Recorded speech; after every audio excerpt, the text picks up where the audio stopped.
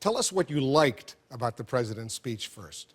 Well, I think he made a good point that atrocities occurred, that there was something awful that happened. The gas attacks, you can't watch them without having a great deal of sympathy for the people. But I guess my first response to that is, well, gosh, the guy who did this deserves death. I mean, the death penalty for killing civilians. Bashar al-Assad. Yeah, but I mean, the president's plan is to leave Assad alone. Well, do you think he should go in there and try to kill him?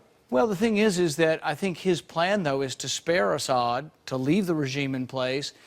But at the same time, he says someone must pay for breaking this international norm, but he's really not willing to actually make Assad pay. I think there should be a way that Assad pays, either through an international tribunal or something. I think Assad can't remain there. Targeted assassination? Well, I'm not really saying that. What I'm arguing is that what the president has planned is not going to accomplish what he says he's going to accomplish, which is to punish Assad for this. I think Assad personally will not be held accountable for this.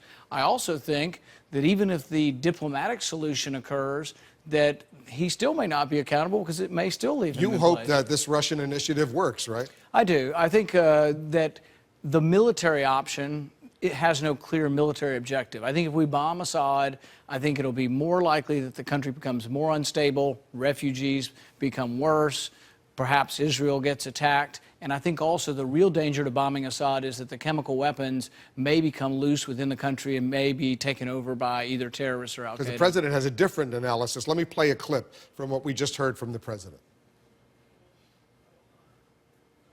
Get involved at all in a place that's so complicated, and where, as one person wrote to me, those who come after Assad may be enemies of human rights.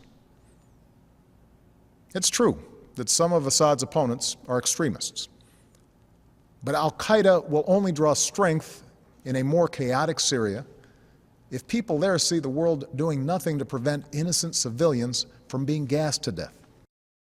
Go ahead and react. Well, I agree with part of the statement. Al-Qaeda draws strength from chaos. But I think there's more chaos if we bomb Assad. If we destabilize the Assad regime, there'll be more chaos, and we will essentially be the allies of Al-Qaeda. So the chance that Al-Qaeda either takes over chemical weapons or becomes a more dominant influence or actually takes over Syria are greatly enhanced by us bombing Assad. So I don't think he makes any sense by saying, oh, we're going to bomb Assad, but this is somehow going to hurt Al-Qaeda. It's going to help Al-Qaeda. Don't you think that if, in fact, this Russian initiative works, and for some reason the Syrian regime of Bashar al-Assad, they agree to put all their chemical weapons under international control and eventually destroy them, the threat of U.S. military force convinced the Russians and the Syrians to do this?